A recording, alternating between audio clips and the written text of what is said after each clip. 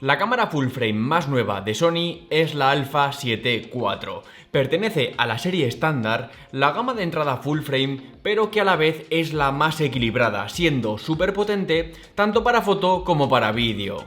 En este vídeo quiero hablarte de las ventajas de la Sony Alpha 7 IV y como todo en este mundo, nada es perfecto y por eso por aquí arriba te dejaré un vídeo en el que te explico cuáles son para mí los puntos negativos, las desventajas de esta cámara. Aprovecho para decirte que si no estás suscrito te invito a que lo hagas, que le des ahí bien fuerte al botón de suscribirte y a la campanita porque a mí me ayudas muchísimo con el canal.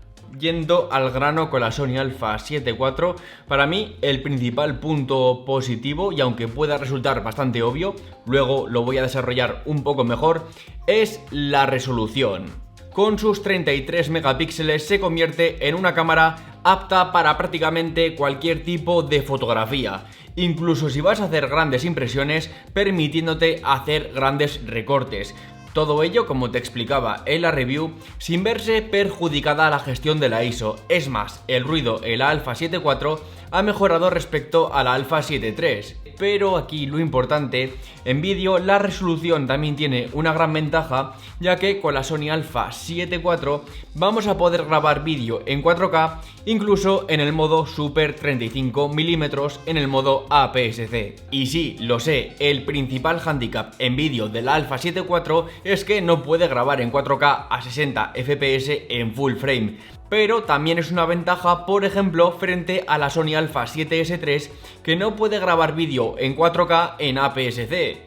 Gracias a esto puedes conseguir un ángulo más cerrado sin tener que cambiar objetivos, lo cual es de agradecer cuando quieres hacer planos de detalle o quieres grabar algo que se encuentre a cierta distancia.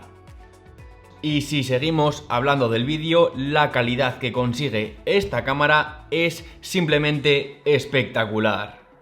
Tanto en full frame como en APS-C puede grabar en 422 en 10 bits en All Intra, una diferencia abismal respecto a la Alpha 7 III, ya no solo grabando en 4K, pero también en Full HD.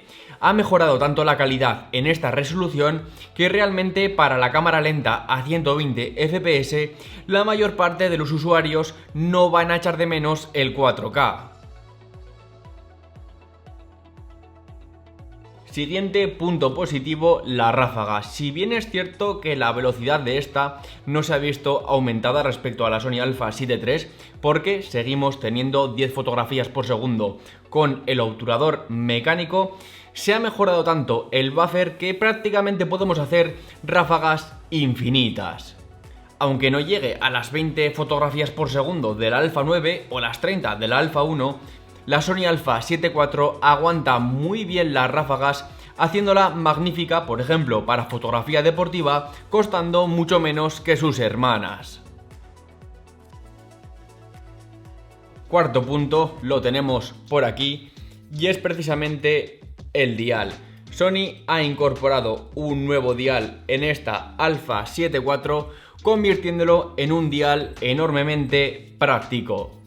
Si quieres cambiar rápidamente entre foto y vídeo, puedes hacerlo sin complicaciones, sin tener que perder tiempo en configurar nada. Tienes el dial de los modos y el dial de foto, vídeo y S&Q por separado. De verdad, esto del dial puede parecer una chorrada, pero no sabéis lo que se agradece, sobre todo para todos aquellos usuarios que se dediquen a hacer fotografía y vídeo. De verdad, va a mejorar muchísimo el manejo y seguro que de aquí en adelante vamos a ver este dial en todas las cámaras Sony Alpha. Y para mí, sinceramente, estos puntos son los principales, pero de todas formas es que ha habido mejoras en muchísimos apartados.